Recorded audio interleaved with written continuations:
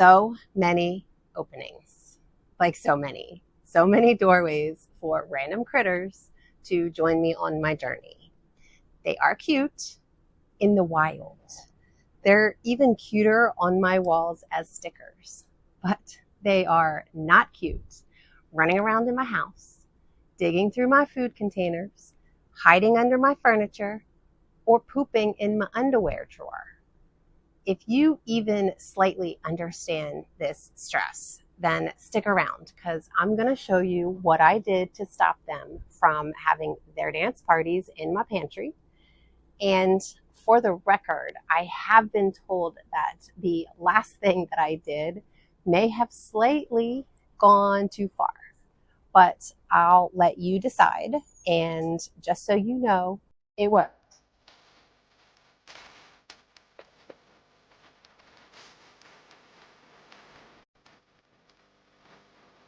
Hey guys, I'm Tony, full-time RVer, interior designer, single mom, and empty nester. My full-time RVing started in 2023, and if you are curious about how I made that choice and why, then check out the quitting my job video up in the corner and linked in the description below. I am facing my fears by jumping headfirst into the unknown world of traveling the countryside on my own in my RV full-time.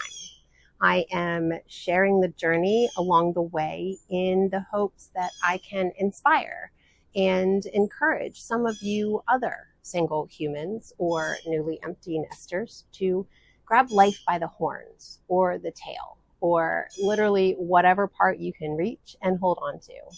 And basically just take a chance to live this next chapter of your life to the absolute fullest extreme possible. I don't know about you guys, but I do feel life getting shorter every day I get older, especially when I have to add yet another pair of readers to my community bowl of readers on the coffee table. And honestly, I absolutely refuse to live the life I have left dreaming about someone else's amazing life. So if you're feeling what I'm dishing, then join me.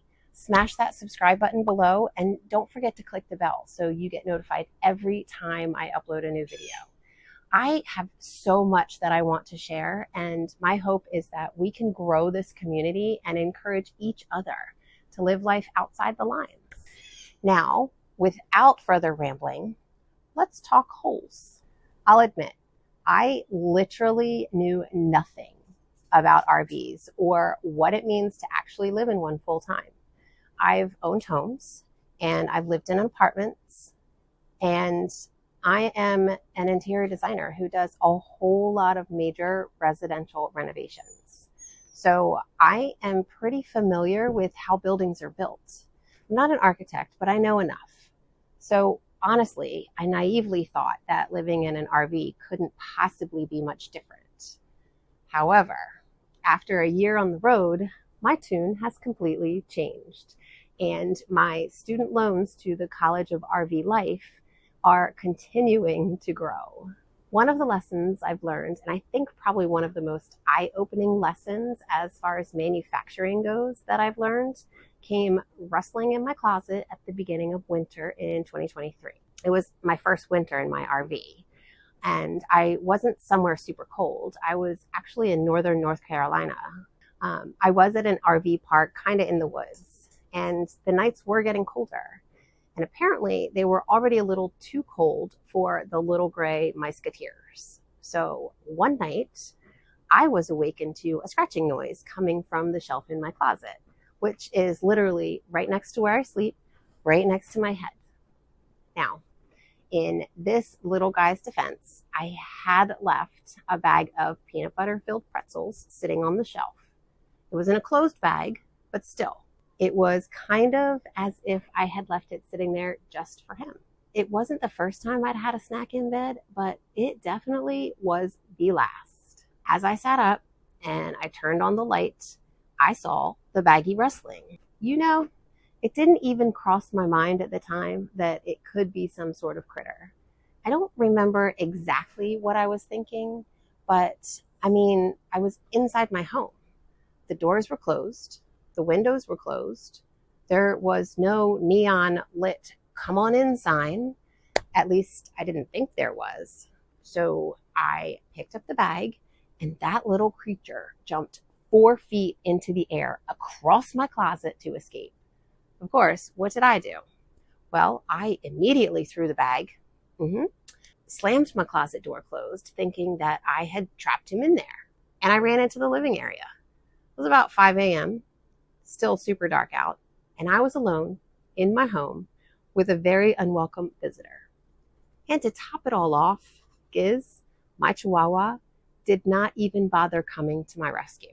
In fact, he looked at me super irritated that I had disturbed his sleep. I actually almost threatened him with getting a cat.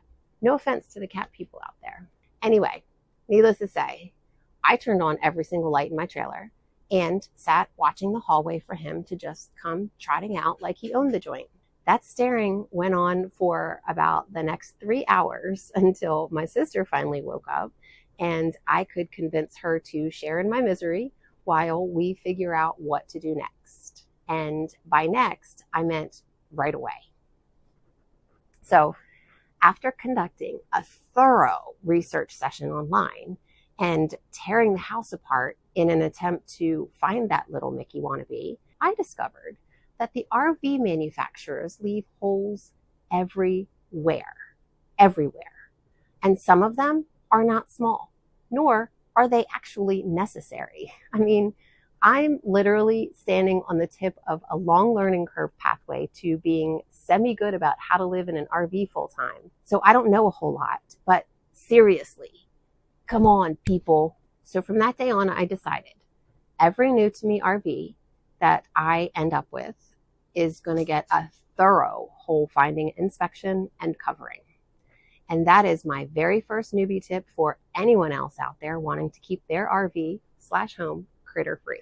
Now, if you are interested in exactly how I did that, then you are in the right place at the right time because I'm going to show you.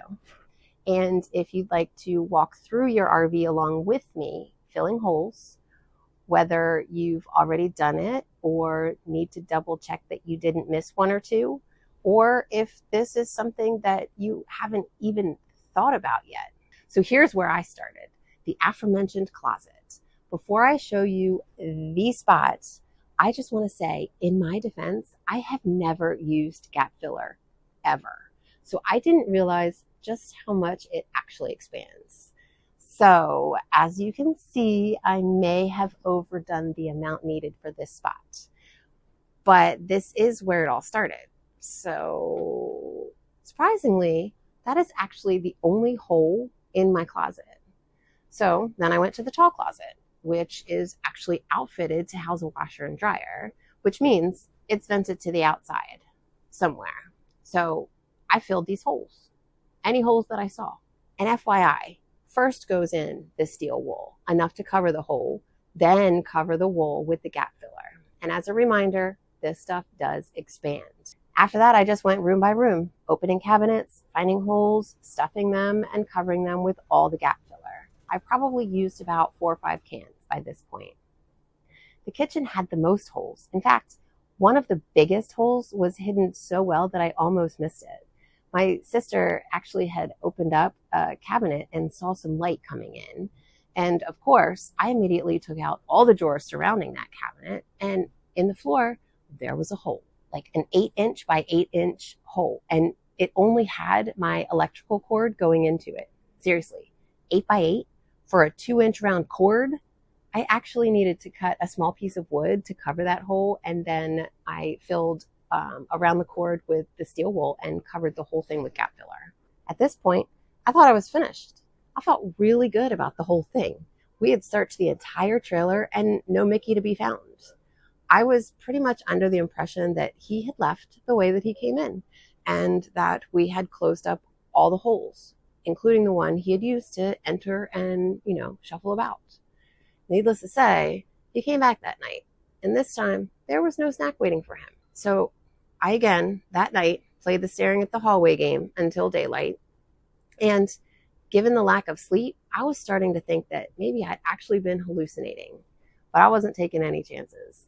I spent the next day re-looking in every place that I thought I might have missed. And in fact, there were 2 spots I had missed. One being the return for the heat. Never occurred to me that it would be just a vent open to a huge area underneath my bathroom that pretty much houses nothing. A few wires, a pipe, but that's pretty much it. And sticking my head in the hole, I realized that Giz could probably fit through there and easily get outside. Literally. On another note, that is a ton of wasted storage space, but that's a topic for another video. Then, during the last part of the second extremely thorough search, I found the last and final hole. I was at the point where I had basically taken apart every cabinet, every built-in structure, every possible hidden space in the RV except one thing: my dresser. I didn't really know why, but it didn't cross my mind at first that there might be an opening in there. But as I was looking closer at the washer and dryer venting, I realized that it was actually venting out under the dresser. I don't know why I missed that the first time. So, of course, I pulled out all of the drawers, and at the same time I was pulling out the drawers, I found all the poops. It was as if he was coming in, making himself at home in my underwear drawer, but couldn't get out of the dresser into the room because, well, the drawers were closed. So then when I finally pulled out the bottom drawer, I found his front door. There was a 2-inch round hole going straight to my basement, which, in case you don't know, is the storage area underneath. After having some harsh words under my breath for the manufacturers, this is what happened. And in my defense, the pipe ran through the floor, the entire length of the dresser, and there was like a 1/2-inch gap between the floor and the pipe. A Mickey could easily fit through there, but not anymore. And this is what I did. After that, I put a couple of humane mouse traps out for the next 2 weeks or so, just in case. But honestly, since the dresser fix and the hole hunt, the Mickeys have stayed away. And that, my friends, is the very first lesson I learned, and therefore the very first lesson that I'm teaching you. I do hope that you not only learned something new, but maybe also felt slightly entertained. I really do want this journey to be just as enjoyable as it is knowledgeable. And if you've made it this far in the video, a thumbs up would be super appreciated, and subscribing would definitely help me continue this journey and share many more super exciting stories. And hey, if you've dealt with more holes than you care to admit, then drop a comment below. I'd love to hear your RV battle stories.